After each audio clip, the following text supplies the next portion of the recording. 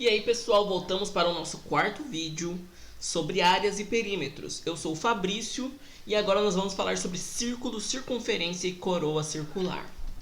Eu te pergunto, você sabe me responder qual que é a diferença entre um círculo e uma circunferência? Então, primeiramente, antes de tudo, não se esqueça de se inscrever no canal e curtir o vídeo. Porém, vamos definir algumas coisas no círculo. Então, primeira coisa, se você traçar uma reta, um segmento de reta num círculo em qualquer lugar que seja reto, a gente vai chamar esse segmento de corda. Então, veja bem esse nome, corda. Repita, corda. A maior dessas cordas, a gente já conhece, é muito dito, que é o diâmetro. Ou seja, o diâmetro é a maior corda formada num círculo. Metade do diâmetro, não preciso nem perguntar, né? É o raio. E olha só que legal.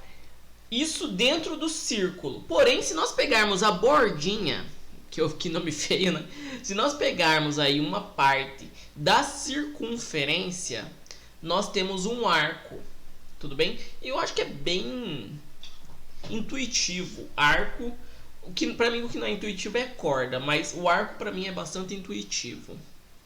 E como que nós poderíamos calcular a área do círculo? Eu trouxe aqui um exemplo que é figuras inscritas e circunscritas. Eu não vou me aprofundar nisso agora, mas é apenas para a gente ter uma área de onde surge a circunferência e de onde surge a área. Porque se nós formos fazendo aproximações, né? Então primeiro eu comecei com um quadrado, olha o tanto de área azul que sobra. E se a gente for aumentando o número de lados, repara que a área azul que fica sobrando é cada vez menor. Ou seja, se você fizer infinitas vezes esses polígonos, né, com vários lados, chega uma hora que ele vira uma circunferência, isso no infinito, né? Ou seja, basta você calcular a área e o perímetro dessas figuras que você acaba chegando numa aproximação do que seria para a circunferência. E se você puder fazer isso, você vai chegar no valor que para a área seria π vezes o raio ao quadrado. Tudo bem? Ou seja, qual que seria a área de um círculo que possui diâmetro de 12 centímetros? Veja bem, eu não dei o raio, eu dei o diâmetro. Tudo bem? Ou seja, o raio é o diâmetro dividido por 2. Ou seja, 12 dividido por 2, que é igual a... Muito bem. 6.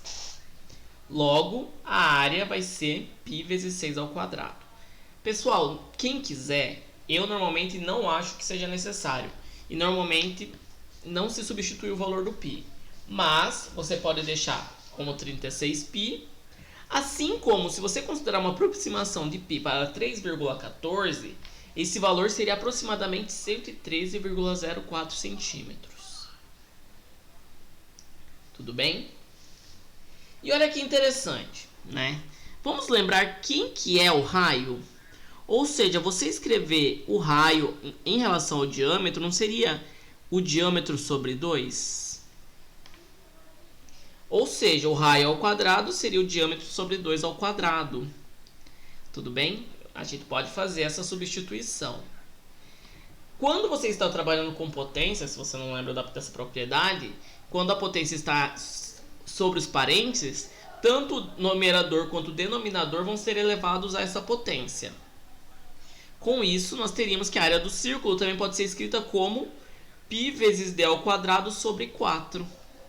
Olha que interessante. Ou seja, se ele possui um diâmetro de 12 centímetros, seria a mesma coisa que substituir o diâmetro aqui por π vezes 12 ao quadrado dividido por 4. 12 ao quadrado é 144. Ou seja, 36. Olha que interessante. Então você também pode fazer a partir do diâmetro sem precisar fazer esses cálculos. Apesar que fazer a divisão do diâmetro por 2 também não é muito difícil. E repara que para fazer a circunferência, lembrando que a circunferência é o perímetro do círculo, ou seja, o contorno do círculo, a gente vai ter que, fazendo todas aquelas aproximações também, o perímetro, a circunferência seria 2 vezes π vezes o raio. Novamente, se você quiser usar o diâmetro como referência, basta lembrar que o raio é o diâmetro dividido por 2. Dessa forma, o 2 cancela com esse outro 2, ficando apenas π vezes o diâmetro.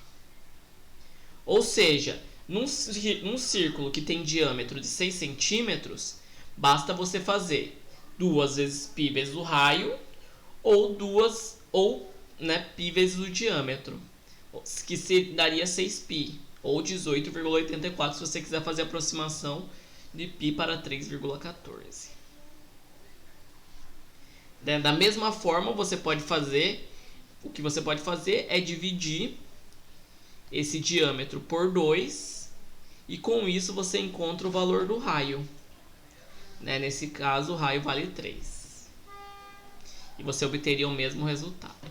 O que seria uma coroa circular? A coroa circular é quando nós temos um círculo dentro de outro círculo. Seria o caso da figura vazada, certo? Ou seja, nós temos um círculo menor que não existe, que teria raio Rzinho, e um círculo maior de raio Rzão.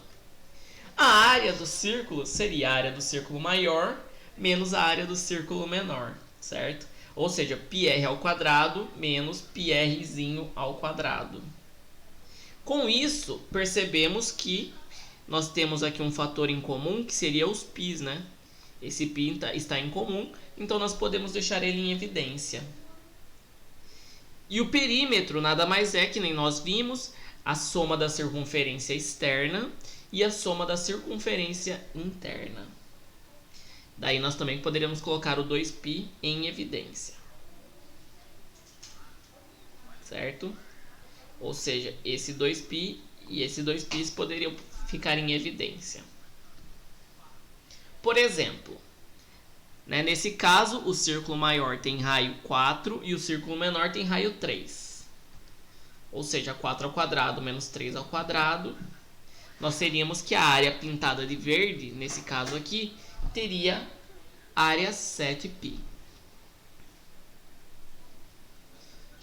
E a circunferência, como nós vimos, seria basicamente você somar, o raio maior e o raio menor e multiplicar por 2π.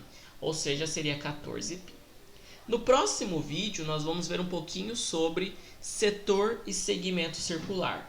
Para isso, não se esqueça, lembra um pouquinho daquela ideia de corda e de segmento. Se você está gostando das coisas até agora, deixa seu like e nós nos vemos no próximo vídeo.